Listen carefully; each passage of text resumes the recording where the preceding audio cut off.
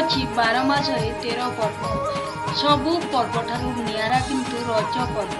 ଓଡ଼ିଆ ପରମ୍ପରା ଅନୁସାରେ ଏହି 3 ଦିନକୁ ଖୁବ୍ ଉତ୍ସାହର ସହିତ ପାଳନ କରାଯାଏ। କେତେ ପ୍ରକାର ପିଠା ଆଉ ମିଠାରେ ବୁଡ଼ି ଉଠେ ସଭିଙ୍କ ମନ।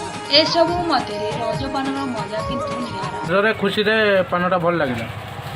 डर लगे कि निया लगा ନାଇଁ ନାଇଁ लगलानी ନାଇଁ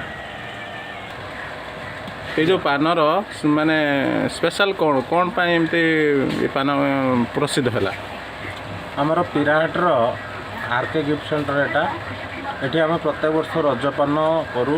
ରଜପାନରେ ପାଖାପାଖି 40 ପ୍ରକାର ମସଲା ଆମେ ଦେଉଛୁ। ଏଠି ଯେଉଁ ନିଆଁ ଲଗା ମସଲା ଆମେ 2 ବର୍ଷ ହେଲା ବ୍ୟବହାର କରୁଛୁ। ସେ ମସଲାଟା ପ୍ରଥମେ ଲୋକମାନେ ଡରୁଛନ୍ତି, ଭୟଭୀତ ହେଉଛନ୍ତି, କାଳେ ପାଟି ଲାଗିଯିବ କି ନିଆଁ, କିନ୍ତୁ ସେଇଟା ତା ଟେଷ୍ଟଟା ଅଧିକା ହେଉଛି, ଥଣ୍ଡା ଲାଗୁଛି, ଭଲ ଲାଗୁଛି, ସେଥିପାଇଁ ଲୋକମାନେ ଖାଉଛନ୍ତି। ତା ଛଡ଼ା ଏଇ ଯେଉଁ କରୋନା ସମୟରେ ବର୍ତ୍ତମାନ ସବୁ ଲୋକ ଘରେ ରହୁଛନ୍ତି ବନ୍ଦୀ ହେଇକି, ସେଥିପାଇଁ ବେପାରର ଚାହିଦା ବର୍ତ୍ତମାନ ନାହିଁ। ଯେଉଁ ପରିମାଣର ବେପାର ହୁଏ ସେ ପରିମାଣ ବେପାର ହେଉନି, କେବଳ ଯାହା ଘରୋଇ ଲୋକମାନେ ଆସି ପାର୍ସଲ ନେଇଯାଉଛନ୍ତି। ରଜ ପର୍ବର ସବୁଠାରୁ ଆକର୍ଷଣର କେନ୍ଦ୍ରବିନ୍ଦୁ ସାଜିଥାଏ ପାନ।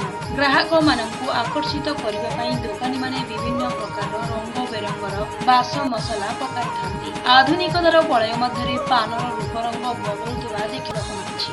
ଭଦ୍ରକ ଜିଲ୍ଲା ତିହିଡି ବ୍ଲକ ପିରାହାଟ ବଜାରରେ ଏବେ ନିଆଁଲଗା ପାନ ବେଶ ଚର୍ଚ୍ଚାର ବିଷୟ ପାଲଟିଛି।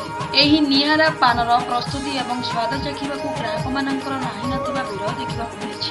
ରଞ୍ଜନ ମିଶ୍ରଙ୍କର ଏହି ନିଆରା ପ୍ରୟାସ ଗ୍ରାହକମାନଙ୍କର ବେଶ ପସନ୍ଦ ହୋଇପାରିଛି। ଚାନ୍ଦବାଲିରୁ ଶରତ ପଣ୍ଡାଙ୍କ ରିପୋର୍ଟ, ଶପଥ ନ୍ୟୁଜ।